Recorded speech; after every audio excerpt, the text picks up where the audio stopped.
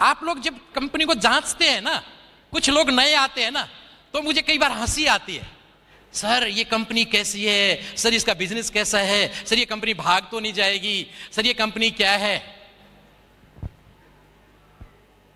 मैं इसके बारे में भी बता दूं आप लोगों को। क्राइम ब्रांच में था, मैं स्टाफ ऑफिसर था मिस्टर रंजीत नारायण का, स्पेशल सीपी क्राइम थे वो, स्पेशल सीपी क्राइम थे। बाद में उनकी भी बताऊंगा मैं कहानी। मैंने जब उनको इस कंपनी के बारे में बताया, मेरे प्रोडक्ट यूजर हैं, वो आज भी यूजर हैं, तो उन्होंने कहा, जिस टाइम पे एक वक्त ऐसा आया था कि जब मैं बहुत ज्यादा पागल हो गया था इस सिस्टम के लिए, तो उन्होंने कहा एक काम कर, क्योंकि मैं क्राइम ब्रांच की इकोनॉमिक ऑफेंस सेक्शन में था, जहां पे ऐसी कंपनियों के खिलाफ रोजाना केस रजिस्टर करते हैं। Economic offence section Qutub hotel में है, कभी जाने का मौका लगे तो वहां पे देखेंगे, मेरा नाम भी वहां पे लिखा होगा। वहां पे मैं ऐसी कंपनियों के, मानसून सेशन में एक विधेयक आया था कि ऐसी कंपनियां जो लोगों का पैसा लेके लूट के भाग जाती हैं, ये सारी की सारी फेक कंपनियां होती है, सारी नेटवर्किंग कंपनियां, उस टाइम पे बहुत बड़ा वो प्रॉब्लम चला था, इनको सबको बंद किया जाए, इनके खिलाफ सर्विलेंस हो, इनके सारे के सारे ए से लेके जेड टोटल पेपर्स को चेक किया जाए। और 297 कंपनियां उस टाइम बंद हुई थी, 297 कंपनियां बंद हुई थी। आज भी वो फाइल अभी भी चल रही है, बहुत सारी कंपनियां आगे बंद होनी है। इस कंपनी को भी हमने जांचा था। एथिक्स, आप तो खाली एथिक्स समझ को जानते हैं, एथिक्स किस किस लेवल पे होते हैं। आप लोगों को तो सिर्फ इतना बताया जाता है भाई कि एथिकल कंपनी है।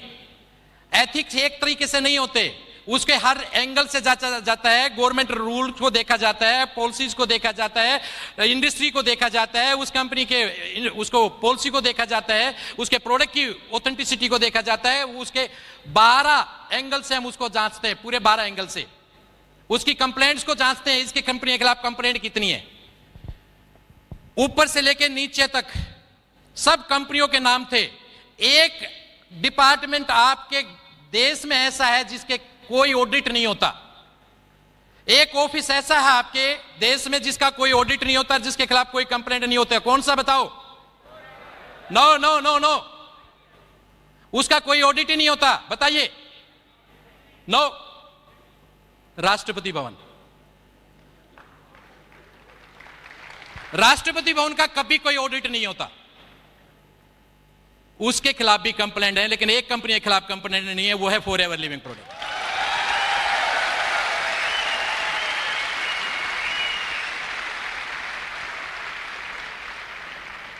शायद ही कोई ऐसा गवर्नमेंट डिपार्टमेंट हो जिसने हमेशा टाइम पे पैसा दे दिया हो, शायद ही।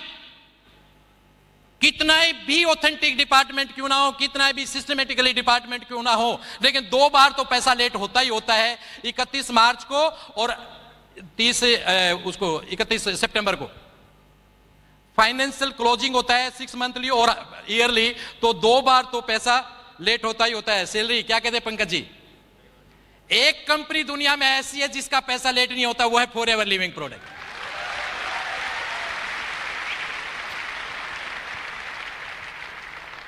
क्या क्या सलूट करें हम सर आपको, और फिर आप इस कंपनी में डाउट करते हो। ये आपके दिमाग की कमजोरी है और कुछ भी नहीं है, आप वहां तक सोच भी नहीं सकते जहां तक एफएलपी है। एक वक्त ऐसा आया